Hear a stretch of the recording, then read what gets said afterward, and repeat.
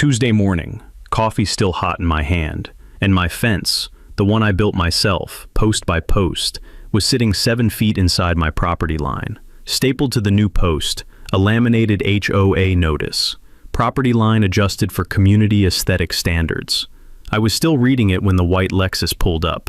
She stepped out, blazer pressed, chin up, and looked at me like she was waiting for a thank you. "Mr. Harlow," she said. "I think you'll find it looks much cleaner now." "Gloriana," I said. "You just moved 7 feet of my land." She smiled, got back in the car, drove away. She'd done this to 4 other homeowners on this street. All 4 signed the papers and moved their fences. I wasn't the 5th. She had no idea she was about to lose the one thing that gave her power over this entire neighborhood. That grand front gate she'd controlled for 20 years. All of it. Gone. Where are you watching from? And has your HOA ever pulled something like this on you? Let me take you back to the beginning, because to understand what I did, you need to understand what I had. My name is Decker Harlow, and I have lived on Creosote Ridge Road in Mineral Springs, Colorado, a mid-sized town about 40 minutes east of Colorado Springs, for 11 years. I bought my house in my early 40s after a decade of contract welding work that took me through oil fields in Wyoming, pipeline corridors in Texas, and more frozen truck stops than I care to remember. When I finally came home to Colorado and put down roots, I didn't buy some cookie-cutter suburban box. I bought a corner lot, 3/4 of an acre, with a sloping backyard, mature cottonwood trees, and a detached workshop that I use to this day for custom metal fabrication work on the side. The house needed work. The bones were good, but the previous owners had let things go. Over 5 years, I rewired the garage, rebuilt the back deck, and put in a cedar privacy fence along the full eastern property line. That fence took me 3 weekends, 42 posts, and about $800 in materials. I knew exactly where my property line was, because I'd had the lot surveyed the summer before I started. The survey pins were right there in the ground, orange flagged and everything. The smell of fresh-cut cedar in August. That's what I remember most from those weekends. That, and the sound of my post driver ringing against the steel caps, neighbors waving from the sidewalk. It felt like the most honest work I'd done in years. Now, the Mineral Springs Heritage Homeowners Association, that's the full name, and yes, they insist on all 5 words, had been a low-grade nuisance since I moved in. Strongly worded letters about trash bin placement. A fine notice because my truck was parked in my own driveway at an angle they considered aesthetically inconsistent. Small stuff. Annoying, but small. The association's president was a woman named Gloriana Fitch, mid-60s, retired real estate broker, drove a white Lexus SUV, and wore the HOA board chairmanship like a crown she'd been waiting her entire life to receive. Gloriana had lived in the community for 22 years. She knew every clause of the CC&Rs, the way some people know scripture, selectively, and always in her favor. She did not like me. I was never entirely sure why, though I had my suspicions. I wasn't the kind of homeowner Gloriana envisioned when she thought about Creosote Ridge. I worked with my hands. I drove a truck with a welding rig in the bed. I had a workshop that occasionally produced the sound of an angle grinder at 9 in the morning on a Saturday. I didn't attend the quarterly wine and cheese HOA mixers, and I'd had the nerve, back in year 2, to formally dispute a fine on procedural grounds and win. She remembered that. So when Gloriana decided, in the spring of year 11, that my fence was encroaching on the HOA's designated buffer easement along the eastern edge of the common area, I shouldn't have been surprised. The letter arrived on a Thursday. It was 4 pages long, cited 6 different CC and R clauses, and informed me that the fence had to be relocated, inward, by no fewer than 7 feet, within 30 days, or the association would hire a contractor to do it and bill me. I read it twice. Then I went to my workshop, made a cup of coffee on the old camp stove I keep on the shelf by the drill press, and sat down to think. The gravel crunched under my boots. The cottonwoods were just starting to leaf out. Somewhere down the street, a dog was barking at nothing. I thought, okay, Gloriana, let's see what you actually own. The first thing I did was not call a lawyer. The first thing I did was pull out the original survey report I'd commissioned 5 years earlier and lay it flat on my workbench next to the HOA's letter. Gloriana's letter kept referencing a buffer easement along the eastern property boundary, a strip of land, allegedly 12 feet wide, that the HOA claimed the right to maintain and access. According to them, my fence sat inside that easement and had to go. According to my survey, my property line ran exactly where I'd always believed it ran. There was no 7-foot gap between my fence and the boundary. The fence was, in fact, set back 18 inches from the surveyed line as a courtesy. But here was the thing. Easements are real legal instruments. They can exist even if you don't know about them. They get recorded at the county clerk's office, attached to the deed. And if one existed on my property, my original survey might not have flagged it depending on how it was recorded. So before I did anything else, I drove to the El Paso County Clerk and Recorder's office and paid $12 for a full title search on my parcel. I want you to remember that number, $12. For $12, I now had in my hands every recorded document attached to my property going back to 1987. Deed of trust, utility easements, drainage covenant, and yes, one HOA recorded easement, filed in 2003, pertaining to a 6-foot aesthetic maintenance buffer along the eastern border of lots 12 through 17 on Creosote Ridge Road. I am lot 19. Let me say that again clearly. The easement Gloriana Fitch cited in her 4-page letter did not apply to my lot. It had never applied to my lot. The HOA had filed a maintenance easement affecting specific lots in a specific section, and my lot sat 2 parcels outside that range. I printed the relevant page of the title abstract, circled lot 19's parcel number, and drove home. Now, a reasonable person at this point sends a polite letter back, attaches the documentation, and asks the HOA to review their records. I considered that. I genuinely did. But here's what stopped me. I had been here before, in a smaller way. 2 years prior, when I disputed that fine, I had sent the polite letter with the clean documentation. It had taken 4 months, 2 board meetings, and a threat to file a complaint with the Colorado Division of Real Estate before Gloriana's board acknowledged the error. They had never apologized. They had simply stopped replying to that particular thread of correspondence. I decided that this time, I was going to let them make the first move, fully. Completely. I wanted them on record. So I did something that felt deeply counterintuitive.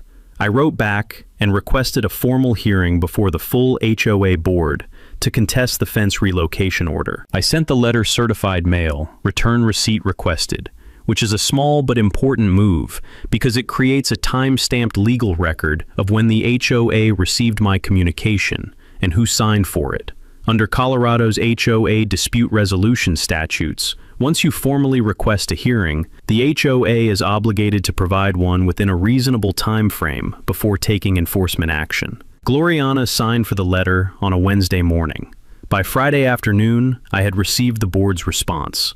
A hearing was scheduled for 3 weeks out, but in the meantime, and here is where Gloriana made her first real mistake, the letter informed me that because the fence was in active violation, the HOA had retained the right to begin preliminary corrective work.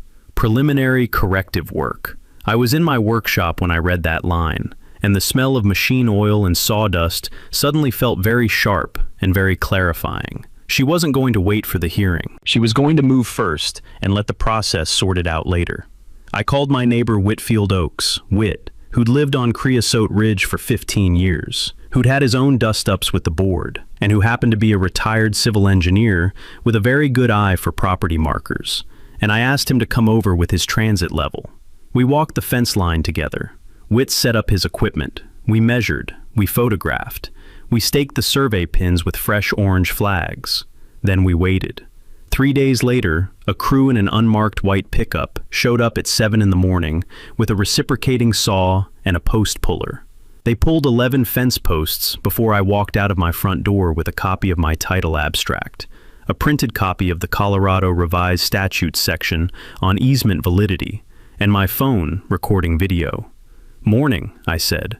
"I'm going to need you to stop." The crew foreman, a heavy-set guy in a Carhartt jacket who looked like he genuinely did not want to be part of whatever this was, stopped the moment I held up the documents. He was a contractor, not a crusader. He pulled out his phone and called whoever had hired him. Gloriana arrived 12 minutes later in the white Lexus. It was 7:23 in the morning. She was in a blazer. "Mr. Harlow," she said, walking across my lawn like she owned it, and that detail was not lost on me. "This crew has authorization from the HOA board. You are obstructing an authorized maintenance action." I kept my phone pointed at her and smiled. "Gloriana, the easement you cited doesn't cover Lot 19. I have the county title abstract right here. Would you like to see it?" She didn't look at the paper. She looked at my phone. "You're being recorded?"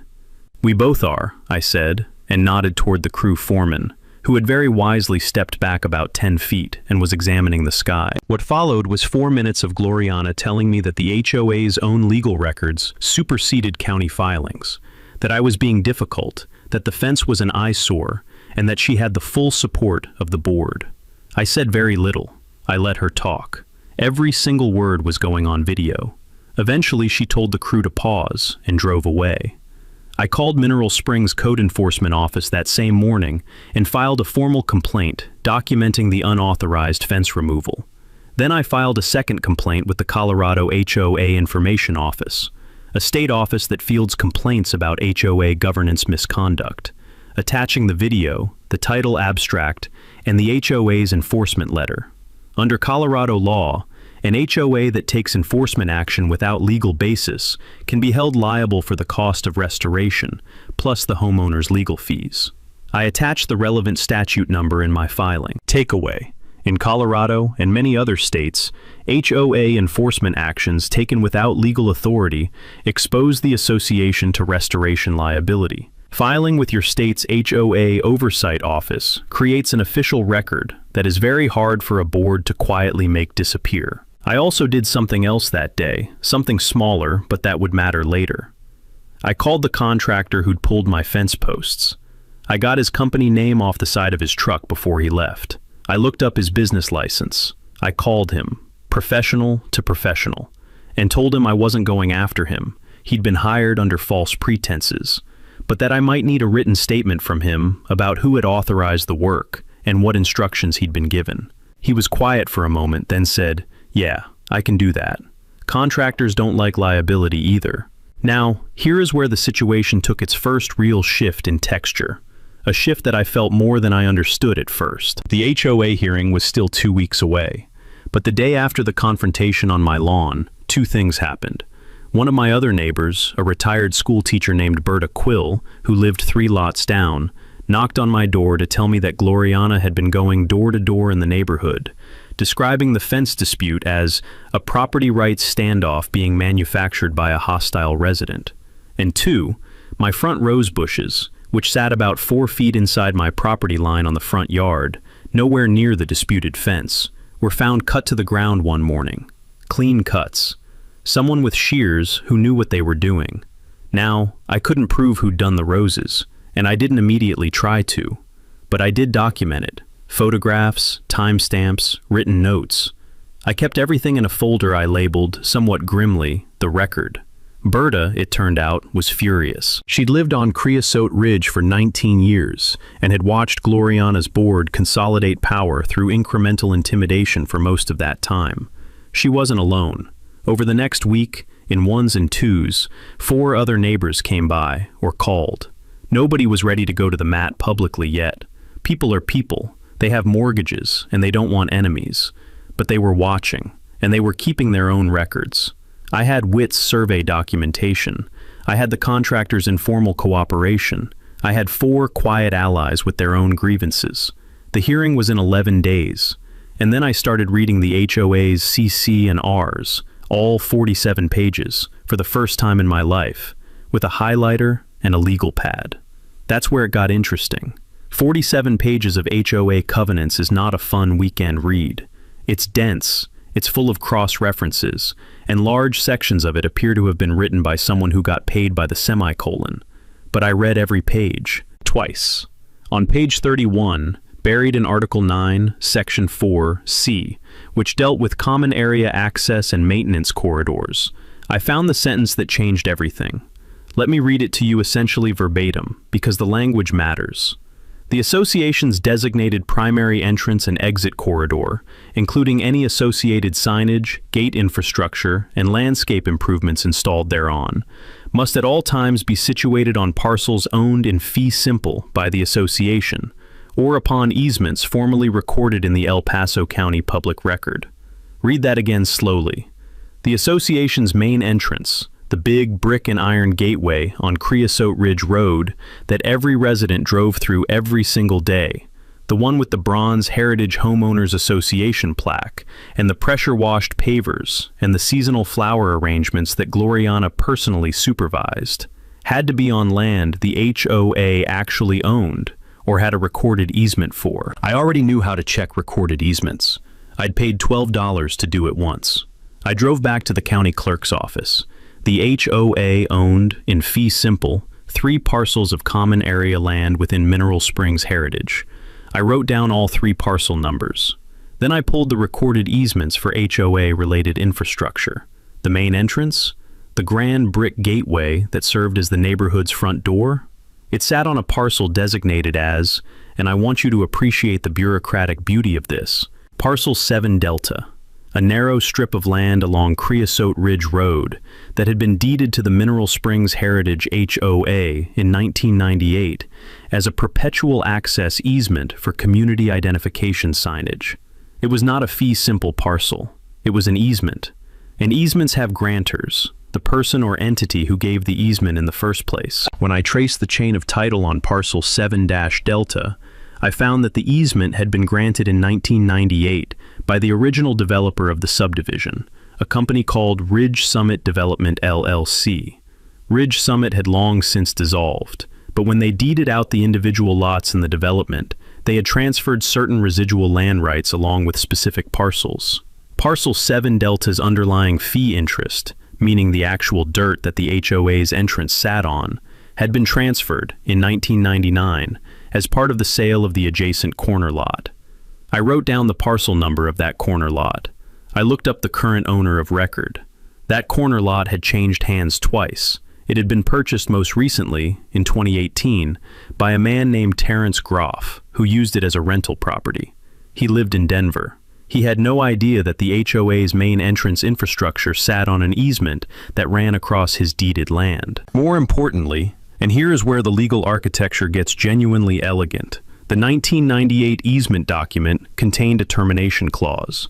Specifically, it stated that the easement was granted for the benefit of the developer and its successor HOA, but that it could be revoked by the underlying landowner in the event that the HOA failed to maintain the entrance infrastructure in compliance with county codes, or, and this part was added almost as an afterthought, in the event that the HOA was found to have materially breached its own CC&Rs in the administration of member properties. In the event that the HOA materially breached its own CC&Rs, I sat in my truck in the county parking lot for about 2 minutes, staring at that sentence. The HOA had, on video, directed a contractor to remove my fence based on an easement that did not apply to my property. They had done so before the outcome of a formally requested hearing. They had, in the process, almost certainly committed a material breach of their own covenant obligations to members. Specifically, the due process provisions in Article 6 that required an investigation and hearing before enforcement action. If someone could establish that material breach, in writing, formally, with supporting documentation, the termination clause on the entrance easement became potentially live. I didn't know if Terrence Groff would care. I didn't know if he'd ever want to invoke that clause, but I now knew it existed. I drove home.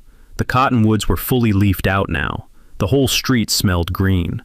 The hearing was in 4 days. I had a lot to prepare. I want to be honest with you about something. Up until this point in the story, I had been playing defense. Documenting, filing, waiting. I had found leverage, but I hadn't yet decided what I was going to do with it. I was still thinking about this primarily as a fight to get my fence back. The hearing changed that. The formal HOA dispute hearing was held on a Tuesday evening in the community clubhouse, a beige stucco building with fluorescent lighting and folding chairs that smelled faintly of the potluck dinners it hosted every 3rd month. 5 board members sat at a folding table at the front. Gloriana sat in the center. She had a stack of papers and a look on her face that suggested she had already determined the outcome. About 30 residents attended, more than I expected. Berta was there. Whit was there. 3 other neighbors I'd spoken to over the previous week sat near the back. A few other residents I didn't recognize came in quietly and sat down. I presented my case methodically. Title abstract, survey documentation, the county easement record showing the specific lot numbers covered by the 1998 buffer easement. The video from the morning the contractor had been sent to my property. The contractor's written statement confirming he had been instructed to begin work before any formal board decision. I kept it factual. No drama, no raised voice. 22 minutes. Gloriana then presented the board's position. She cited an internal HOA map, not a county recorded document, an internal map, that purported to show the buffer easement extending to Lot 19. She cited a 2011 board resolution that she claimed clarified the easement boundaries. I asked to see the county recording number for that 2011 resolution. She said internal board resolutions didn't require county recording. I asked the board, for the record, whether they had any county recorded documentation establishing the easement on Lot 19. There was a pause long enough to become uncomfortable. The answer was no. The board voted 3-2 to table the enforcement action pending further review. It wasn't a victory. Tabling is not dismissal, but it stopped the immediate threat. The fence would stay, at least for now. But here's the thing I hadn't anticipated. After the meeting, as people were filing out, a woman named Sandra Vale, who I recognized vaguely as the owner of a townhouse near the main entrance, pulled me aside and said something that landed like a key turning in a lock. "You should know," she said, "that Gloriana has been telling people she's going to come after your workshop next. She's been saying your fabrication business is a commercial operation in a residential zone." I thanked Sandra. I walked to my truck, my workshop, my side business, custom metalwork, occasional contract jobs, weekend projects. It operated well within every county zoning exemption for residential accessory structures and home occupations. But HOACC and Rs are not county zoning ordinances. They can impose additional restrictions, and I suddenly realized I had been so focused on the fence that I hadn't fully read the CC and Rs commercial use provisions. I went home and read them that night. My workshop was fine, clearly, cleanly fine under the CC and RS language. But while I was reading those commercial use provisions, I noticed something else, something I had skimmed past during my original read. A footnote, a reference to a 2019 amendment to the CC and RS, an amendment that, according to the document, had been passed by the board without a member vote. Amendments to this particular HOA's CC and Rs required a 2/3 vote of all members, not just the board. I had just found out that one of the CC and R amendments Gloriana's board had been enforcing for 6 years might be completely invalid. The next 6 weeks were the most methodical of my adult life, and I say that as someone who once spent 4 months running a pipeline weld inspection program across 3 states. The first thing I did was contact Terrence Groff in Denver. I found his number through a property management listing. He'd rented the corner lot for years through a small agency. I called him on a Thursday morning, introduced myself as his neighbor on Creosote Ridge Road, and explained, as plainly as I could, what I'd found in the county records. I told him he owned the fee simple interest in a strip of land that the HOA's main entrance sat on. I told him about the easement termination clause. I did not tell him what I wanted him to do. I just told him what existed and sent him a PDF of the relevant documents. He called me back the same evening. Terrence Groff turned out to be a methodical man himself, a mechanical engineer who'd bought the rental lot as an investment and paid almost no attention to it beyond collecting rent. He was not angry about what I told him. He was precise. He asked clarifying questions. He said he would have his own attorney review the documents. Before he hung up, he said, "If what you're saying is accurate, this is a significant title issue. I appreciate you telling me." That phrase, significant title issue, was the sound of an engine turning over. While Terrence was consulting his attorney, I was doing 3 other things in parallel. First, I hired a real estate attorney named Claudia Fenn in Colorado Springs, a woman who specialized in HOA and property rights disputes and who had a reputation for being methodical rather than theatrical. I laid out the full picture: the fence dispute, the invalid easement, the 2019 CC&R amendment passed without member vote, and what I'd found about Parcel 7 Delta. She reviewed everything over a weekend and came back to me Monday morning with a single, clear sentence. You have enough here to file a formal complaint challenging the 2019 amendment's validity and to initiate a demand for restoration of your fence and recovery of your survey costs. She filed that complaint with the Colorado HOA Information Office within the week, officially expanding my original complaint to include the amendment challenge. Legal takeaway. In many states, including Colorado, HOA amendments adopted without the legally required member vote threshold are voidable, meaning affected members can challenge their validity in court or through the state's HOA oversight process. Always check your CC and RS amendment procedure section against your HOA's amendment history. Second, I started quietly organizing my neighbors. Not loudly, not with a group chat or a petition. Those things leak, and I didn't want Gloriana to know the shape of what was coming. I had individual conversations. I explained what I'd found about the 2019 amendment. I pointed out that several of the enforcement actions people had received, landscape fines, architectural restrictions, parking rules, had been authorized under that amendment or under the board resolutions it had enabled. If the amendment was invalid, so were those enforcement actions. Berta had been fined 4 times under rules that might not exist. Whitfield had been denied an outbuilding permit under an architectural standard that might have no legal basis. Sandra Vale had paid a special assessment in 2021 that had been authorized by the board alone. By the time I was done talking to people, I had 11 households who had signed written statements attesting to enforcement actions they'd experienced under the challenged amendment. 11 households, combined assessment and fine payments of over $4,700. Third, and this is the part that required the most patience, I worked with WIT to document the physical reality of the HOA's main entrance infrastructure as it sat on Parcel 7 Delta. We took precise measurements of the brick pillars, the gate mechanism, the sign footings, the paver apron. We photographed the existing property pins. WIT prepared a professional civil notation of exactly how much of the entrance structure crossed onto Terrence's fee simple land. The answer was almost all of it. The pillars were entirely on Terrence's parcel. The main HOA sign was on Terrence's parcel. The gate mechanism was on Terrence's parcel. Physical trap mechanic.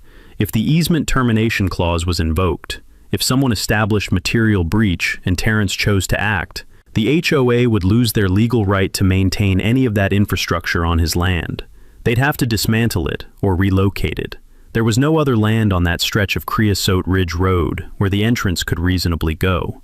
The only viable alternative location, based on the existing road geometry and the HOA's own common area parcels, was a spot roughly 40 feet back from the road, which would require new permitting, new construction, and the removal of a mature landscaped berm that had taken 20 years to grow. I didn't need to touch a single brick myself. The legal architecture would do the work. Gloriana figured out that something was happening. I'm not sure exactly when. Maybe when Claudia Fenn's expanded complaint arrived at the HOA's registered agent address. Maybe when she started noticing the quiet conversations happening between neighbors on driveways and porches. But about 3 weeks after the hearing, the temperature in the neighborhood changed. The first signal was a letter from the HOA's attorney, a man named Gerald Watt, who billed himself as specializing in community association law, and who wrote in a font size that suggested he wanted you to feel small reading his correspondence. The letter informed me that the board categorically denied any procedural irregularity in the 2019 amendment process, claimed the meeting minutes from that period would substantiate proper member notification, and, here was the veiled threat, noted that my pattern of filing regulatory complaints constituted potential interference with the association's lawful governance operations, and could result in counterclaims for bad faith harassment, for filing with the state regulatory office. I forwarded the letter to Claudia. She called me 20 minutes later, and I could hear the slight smile in her voice when she said, "This is what they do when they're worried. Do not respond directly. Let me handle Watt." She did. Her letter back was 4 paragraphs. It cited 3 specific Colorado statutes. It requested formally the 2019 meeting minutes and the member notification records for that amendment vote, giving the HOA 15 business days to produce them pursuant to Colorado's HOA Records Inspection Statute. Under that statute, members and their legal representatives have the right to inspect HOA meeting records. If the HOA stalls or refuses, it's a separate violation.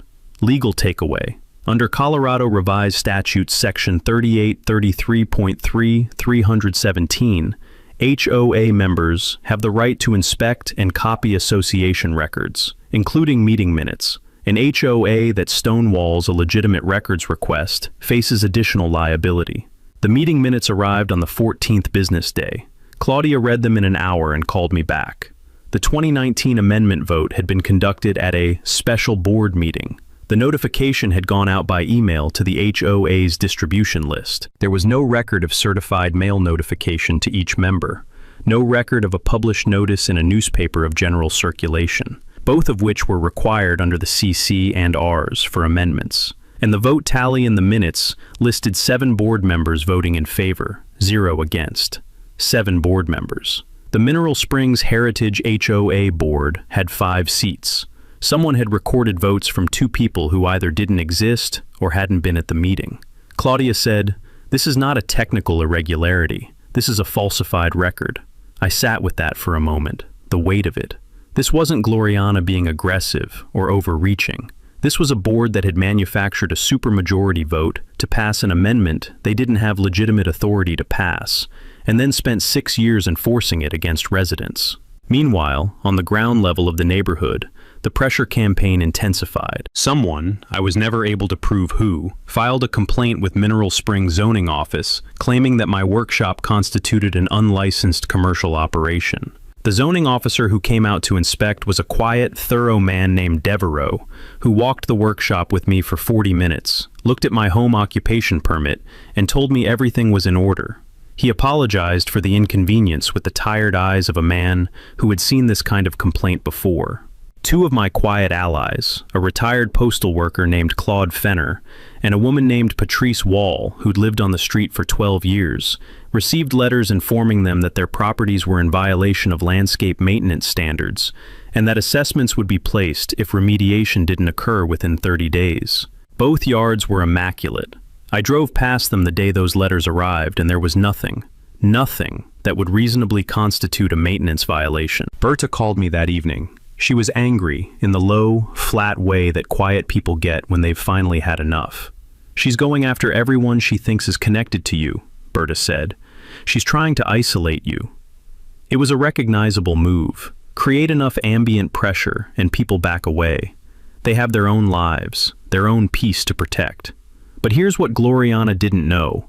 Terrence Groff's attorney had finished his review of the Parcel 7 Delta documents. Terrence had called me that afternoon. He'd made his decision. He was willing to invoke the termination clause, contingent on Claudia formally establishing the material breach, which, given what the meeting minutes had just revealed, was not going to be a difficult case to make. The pieces were in place. We just needed the right moment. The right moment arrived in the form of the Mineral Springs Heritage Annual Community Meeting, held every October in the clubhouse, required by the CC&Rs, and open to all member households. It was the one event where every board decision from the prior year was subject to member review. It was the one event where a quorum of members could, under the CC&Rs, call for a binding vote. I had 6 weeks.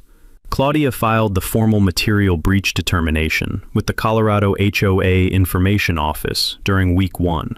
The filing included the falsified meeting minutes, the records inspection documentation, the title abstract showing the misapplied easement on my property, the contractor's statement, and the video from the morning the fence crew had arrived.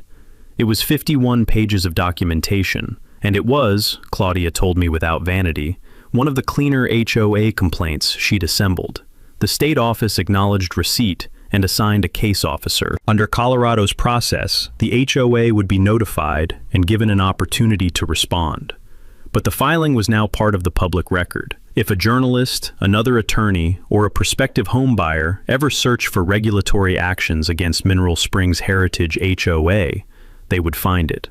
During weeks 2 and 3, I met individually with every household that had signed a statement.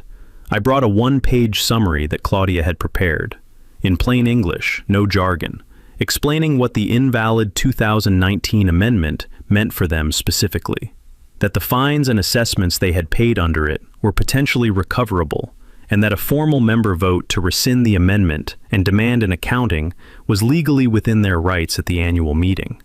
I wasn't organizing a mob. I was explaining to people what their existing rights were. 14 households were now on board. That represented just over 23% of the development's 60 households. Under the CC and Rs, a petition signed by 20% of member households could force a binding agenda item onto the annual meeting. We were over threshold. Claudia prepared the petition. It had 3 demands: a member vote on the validity of the 2019 amendment, a full financial accounting of all fines and special assessments collected under board-only resolutions since 2019, and the election of an independent auditor approved by the membership rather than the board. The petition was delivered to Gloriana's HOA post office box by certified mail, and to Gerald Watt's office by messenger on the same morning, a Wednesday, 3 weeks before the annual meeting. Gloriana's response came the next day, not in writing, not through Watt. She drove to Berta Quill's house and stood on her porch for 20 minutes. Berta told me about it afterward in a voice that was steady but had something shaking underneath it. Gloriana had been, Berta said, not threatening exactly. More like she was reminding me of everything she could make difficult. She mentioned a pending approval on Berta's deck permit that the board controlled. She mentioned that Berta's daughter, who lived nearby, had a fence that might warrant measurement. When Berta told me this, I asked her if she wanted to back out. I meant it sincerely. This wasn't her fight originally, and there was a real cost to standing up in a community where you had to keep living. Berta looked at me with the particular expression of someone who has been patient for a very long time and has decided to stop. "Decker," she said, "I've lived here 19 years. I am not going to let that woman stand on my porch and tell me what I'm allowed to do with my deck." I contacted Terrence Groff and gave him the timeline. He confirmed he was ready. His attorney had prepared a formal notice of easement termination, grounded in the material breach documentation from Claudia's filing. Under the easement's own terms, once material breach was established and documented, the grantor's successor in interest, Terrence, could serve a 30-day termination notice. After 30 days, the HOA's legal right to maintain any infrastructure on Parcel 7 Delta would cease. The notice was ready. Terrence would serve it at the moment we determined had maximum effect. I also, and I want to be transparent about this, contacted a journalist, a woman named Reyes at the Colorado Springs Gazette, who covered municipal and community governance stories. I didn't pitch her a story. I told her I thought she might find the state HOA filing interesting, and I gave her the case number. She could look it up herself. She called me back within 48 hours and asked if she could attend the annual meeting as a member of the press. The annual meeting was in 22 days. Everything smelled like October, dry leaves and cold air and the faint diesel drift from the county road. I went to my workshop, turned on the space heater, and spent the evening at my welding bench making absolutely nothing. Just working with my hands, feeling the weight of the tools, waiting for the calendar to turn. The annual community meeting of the Mineral Springs Heritage Homeowners Association began at 6:30 p.m. on a Thursday in October, and by 6:15, the folding chairs in the clubhouse were full for the first time in anyone's memory. Word had gotten around. Not from me. I had been deliberate about keeping the specifics quiet. But in a neighborhood of 60 households, the fact that a formal petition had been delivered, that the state HOA office had an open case, that something was happening, that traveled on its own. About 42 of the 60-member households were represented. Reyes from the Gazette sat in the back row with a notepad and no camera, having been told by Gloriana's sign-in table volunteer that cameras are not permitted. She wrote that down too. Gloriana called the meeting to order. She was composed and precise. She'd clearly been briefed by Gerald Watt and was operating carefully. The standard agenda moved through financial reports, committee updates, grounds maintenance plans. She was trying to run out the clock on formality before reaching the new business section. Claudia Fenn was sitting 2 rows from the front. She had not announced herself as an attorney. She was simply there as a guest of a member. When Gloriana reached new business, she acknowledged the petition and said, in a measured voice, that the board had reviewed its terms and that, in the interest of community harmony, it had agreed to allow a member discussion, though the board reserved its position on the question of the 2019 amendment's validity. I stood up. I had a folder. I kept my voice level. I walked through it. The fence. The easement that didn't apply to my lot. The contractor sent before the hearing. The video. The 2019 amendment vote with 7 names for 5 board seats. The records inspection findings. I kept it tight. 12 minutes. No theater. I could feel the room the way you feel a current in water. People were still. The specific stillness of people who were learning something they suspected but hadn't had confirmed. When I finished, Claudia stood and identified herself. She outlined the state complaint filing and summarized the legal posture. She was precise and she was calm, and the room got even stiller. Gerald Watt, who was sitting beside Gloriana, started to speak. Claudia cited 2 statutes at him and stopped him mid-sentence. Then Berta spoke. Then Claude Fenner. Then Patrice Wall. They described their fines, their permits, their assessments. 3 more residents who hadn't been part of my group stood up on their own and described experiences I hadn't even known about. Gloriana tried twice to redirect the room to parliamentary procedure. Both times, members called the point of order back. The binding member vote on the validity of the 2019 amendment passed 31-7. In the middle of the vote count, my phone buzzed. A text from Terrence Groff. Serving the notice now. His attorney had sent the formal notice of easement termination to the HOA's registered agent address by certified mail and by email at 7 p.m., mid-meeting.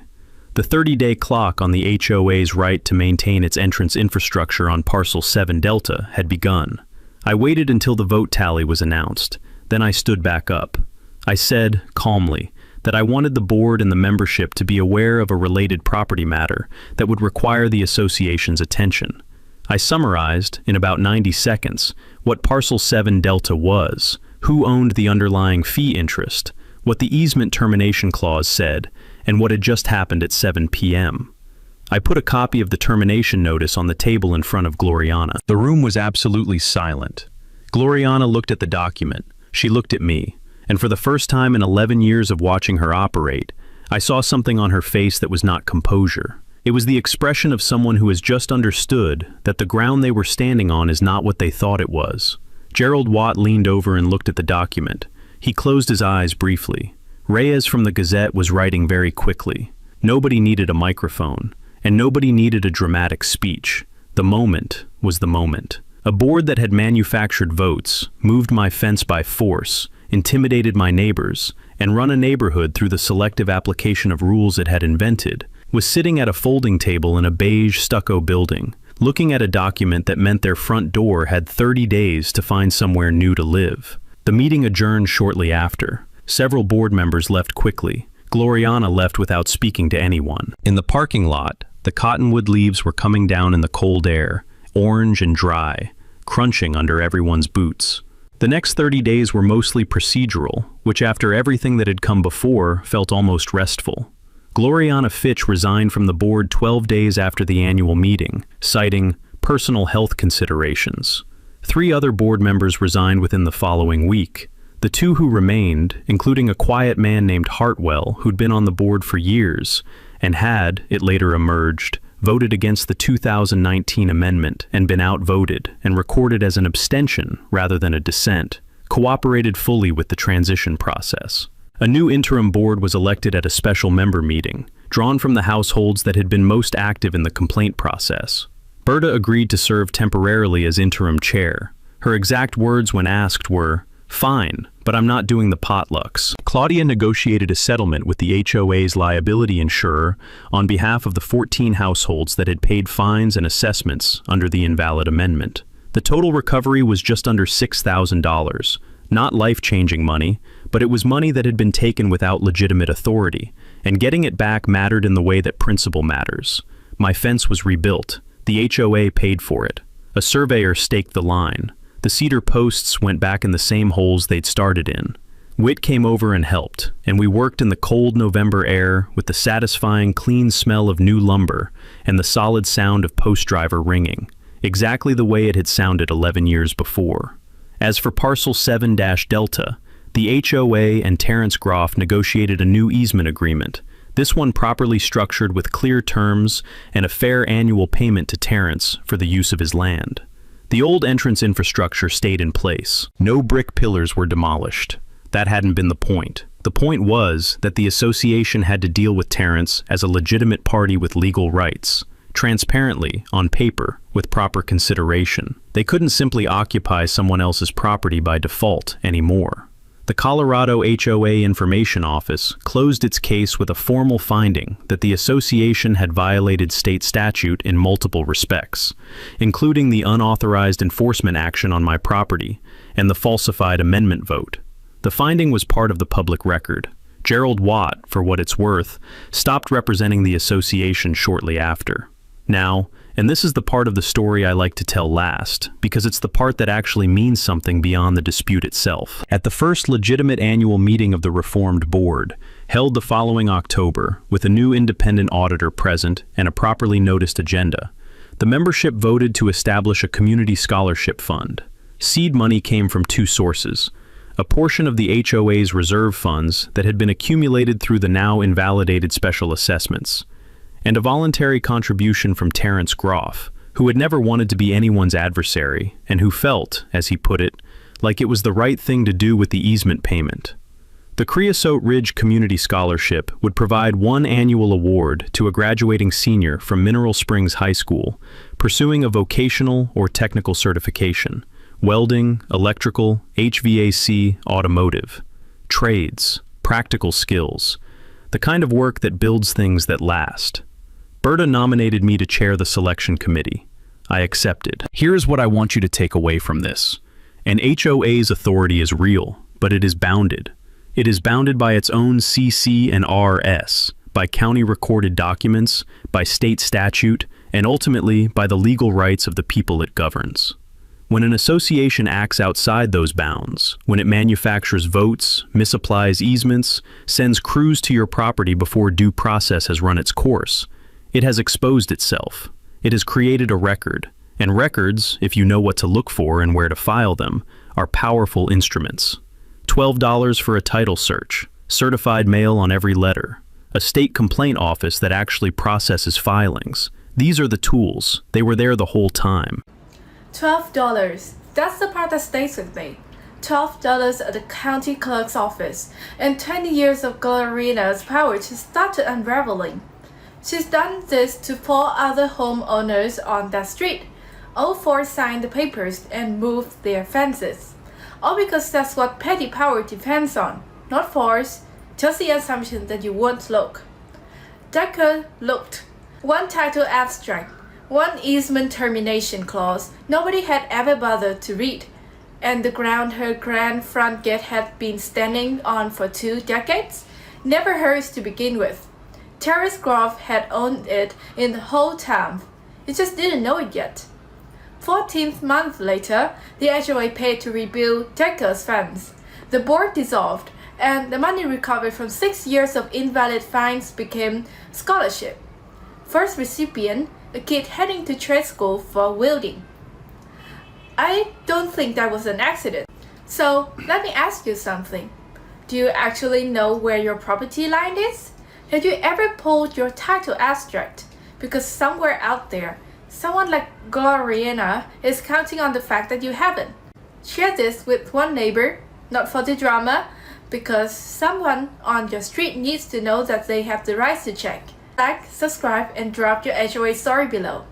The most dangerous power isn't the kind that comes with a badge. It's the kind that comes with a laminated notice and assume you won't fight back.